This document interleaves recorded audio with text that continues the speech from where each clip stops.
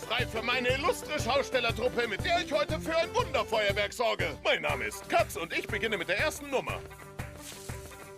In einem Moment ist es noch altes Papier. Obacht, was geht hier vor?